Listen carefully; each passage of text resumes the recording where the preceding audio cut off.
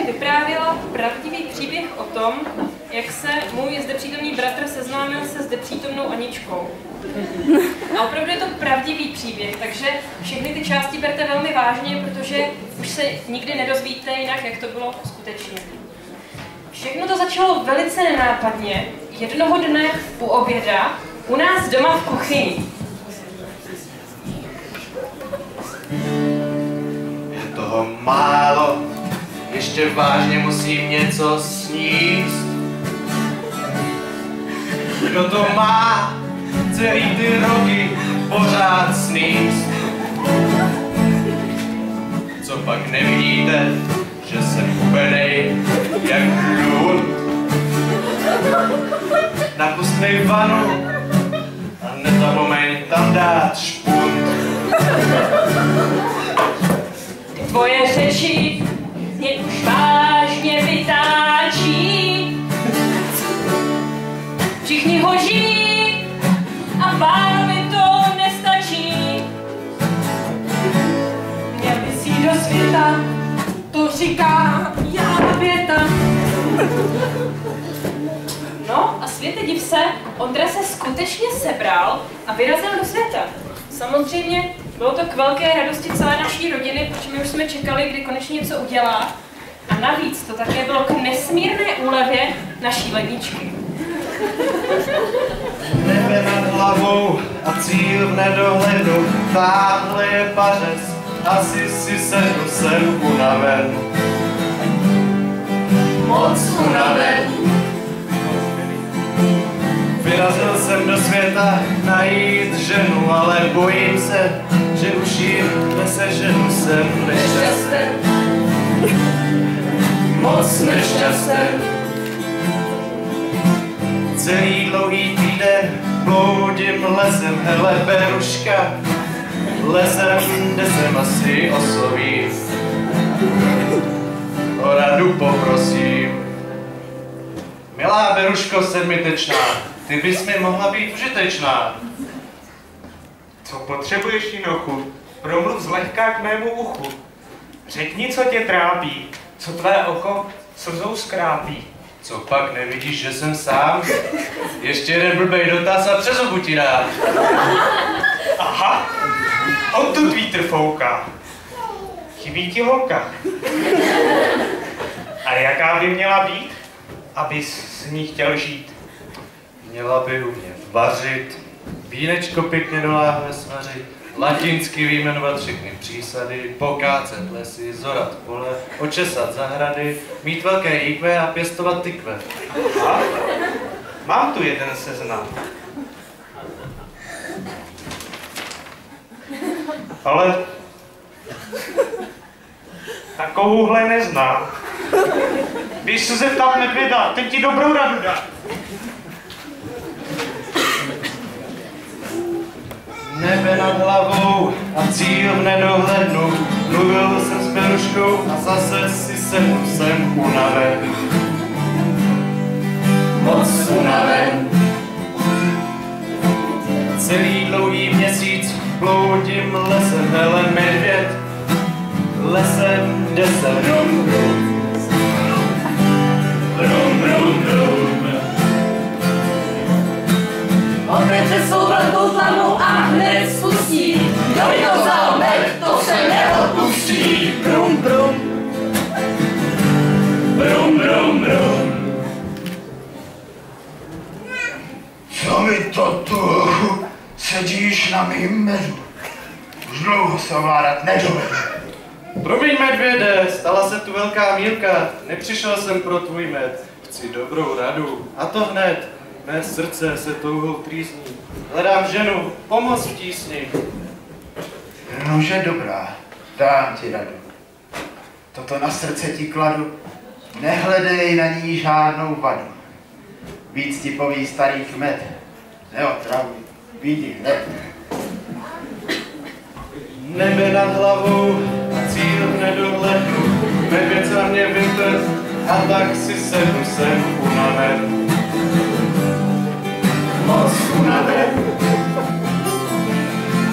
Celý dlouhý rok už bloudím lesem, hledám kmeta ale nevím, kde jsem ztracen. Vážně jsem ztracen. Nade mnou na stromě houká sova, lezu za ní, spadl jsem, ale zkusím to znova, jsem na zemi. Vážně na zemi. Slecovičko milá, za mnou dolů mám ranečku rum a Coca-Colu, pojď se napít. Se mnou napít.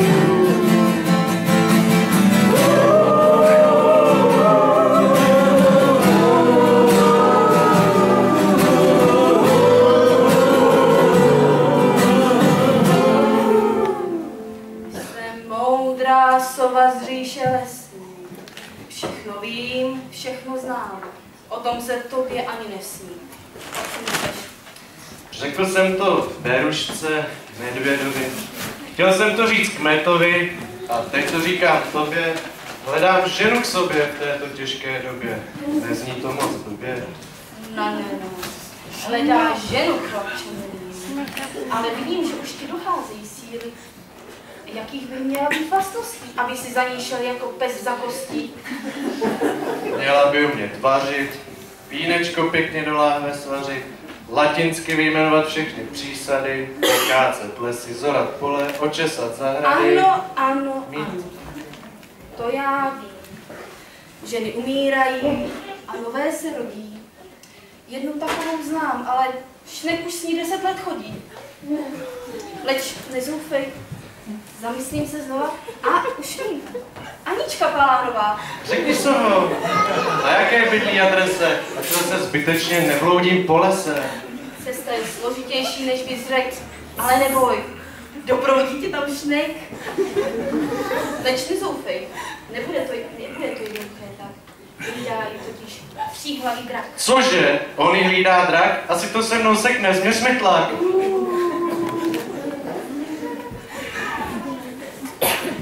No a Ondra se Šnekem se tedy vypravili na cestu. Přešli celou louku a postupovali velice rozvážně, aby náhodou něco neuspěchali. A tak krok za krokem vešli zase do lesa. Nebe nad hlavou a cíl v nedohlednu, mluvil jsem se sovou, že prý zná jednu takovou.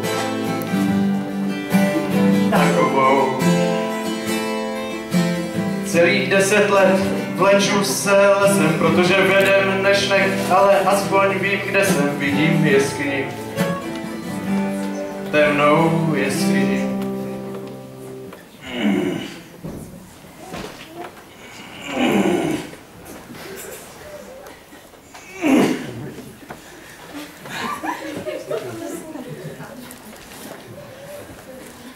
Takový drak v jeskyni. To je horší než nás v jaskyni. Jasný, nemluvím jen tak spatra. Takhle jsem ztratil 3 sestry a jednoho bratra. Strejda to málem stihl autem, ale nakonec ho drak chytil a upek. Měl to jediný z kremací, věř, nedělám si legraci, radši zmiz, dokud je čas, dokud ještě neví o nás. Byl jsem poslední z rodiny, nechci si hrát na hrdiny. Jestli chceš, jdi tam sám, já na Facebook tvoje parte dám. Nenutím tě, můj milý Reku, vím, padlo už mnoho šneků, já však musím osvobodit tu ženu. Ty zatím napřed domů a já tě doženu. Ahoj. Anička Palánová, měla by být žena moje pravá, však hlídá jí tříhlavý drak. Chci já ji vlastně tak.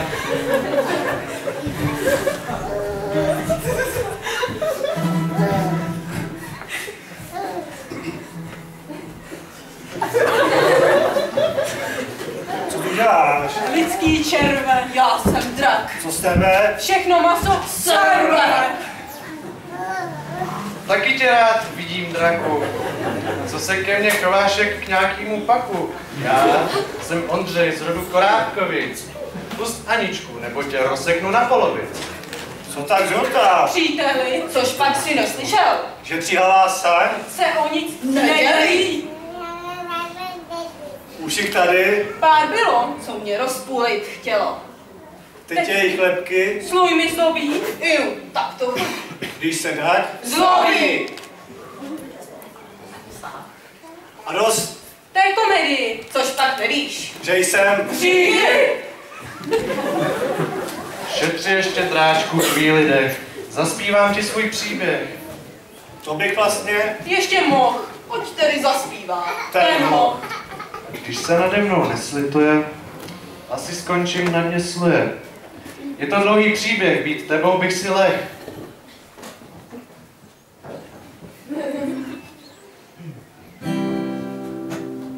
Poslouchej, bráčku, ten příběh je smutný, jsem už dlouho sám. Dlouho sám. A smutnej. V Čáslavě okolí žádný holky nejsou. Když jsem krmil králíky, taky říkali, že nejsou. Tak kde jsou? Když nejsou. Zbalil jsem si raneček a vyrazil do světa. Všichni mě tam posílali už dlouhý léta. Byl jsem unaven. Jen unaven. Kde mám najít nevěstu, ptal jsem se Berušky. Mluvila něco o seznamu, ale asi měla halušky. Halušky.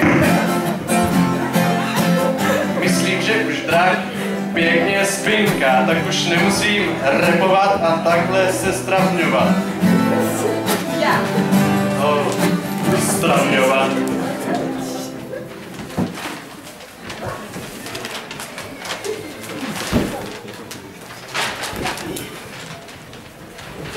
No, drak tedy skutečně usnul a velmi tvrdě. A tak Ondra konečně mohl vstoupit do jeskyně. Obklopila ho hustá tma. Když vyrážel do světa, zapomněl si totiž sebou vzít baterku. Proto teď tápal jeskyní a vůbec, ale vůbec netušil, kde by mohla jeho vyvolená Anička být. Celý dlouhý den už bloudím slují, hledám komůrku, kam draxoval holku moji, ale netrefím. Vážně netrefím. Jestli pak mě dneska někdo vysvobodí celý den za dveřmi, někdo sem tam chodí, ale netrefí. Netrefí. Vstanu z postele a mlátím do dveří, ať si to si. Pojď sem a otevři, otevři.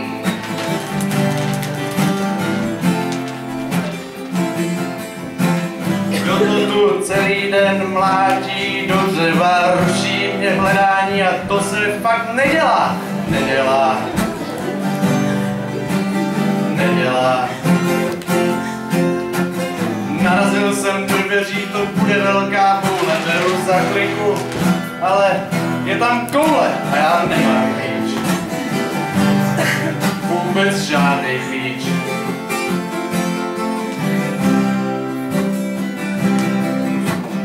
Kdo to tu volá o pomoc v tísni sily Anička, tak dvakrát písni.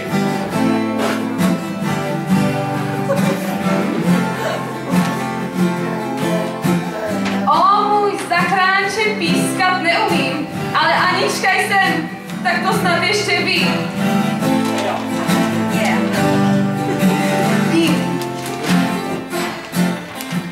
Doj si, udatný bojovníku, tedy opři se do dveří a vykašli se na kliku, sílu. Tak to chce sílu.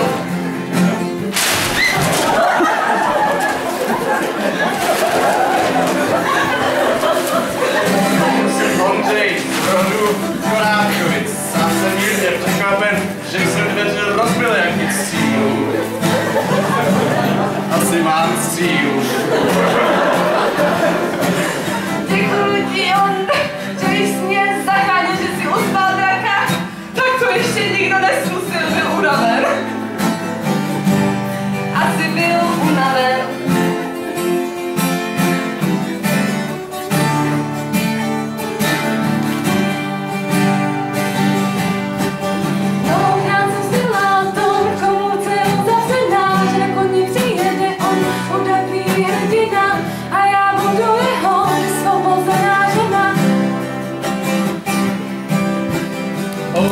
Aničko, si velmi pěkná, svatba bude 11.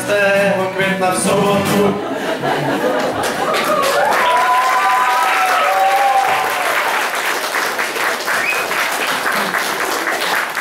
Proto jsme se, vážení přátelé, dnes sešli zde v Benátkách nad Jezerou ve sboru Církve bratrské Dražická 387.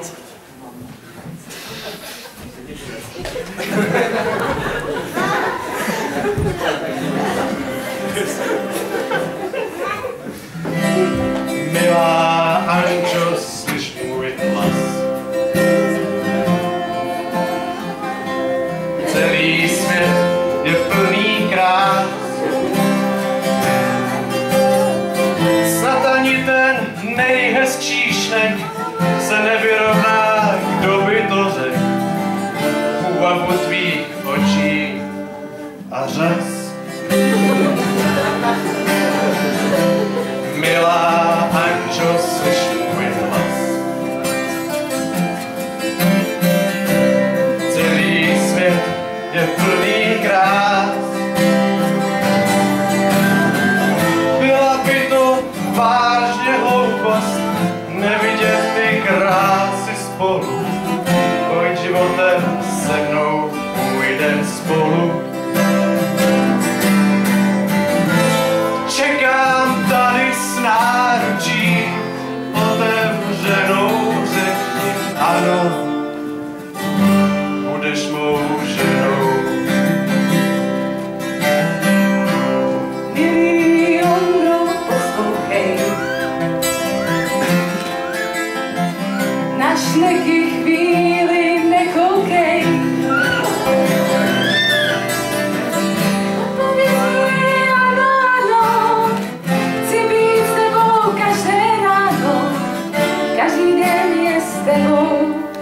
Okay. Čekáš na mě s náručí, otevřenou říkám ano, budu tvou ženou.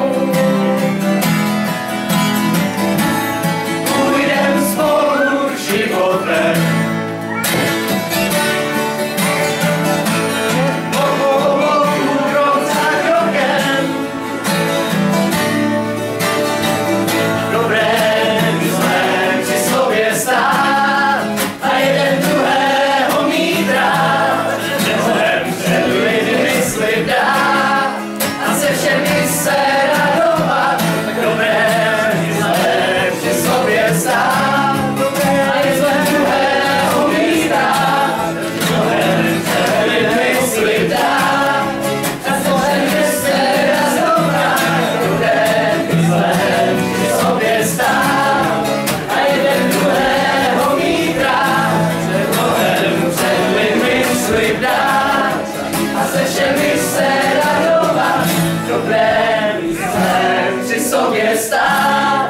a jeden druhé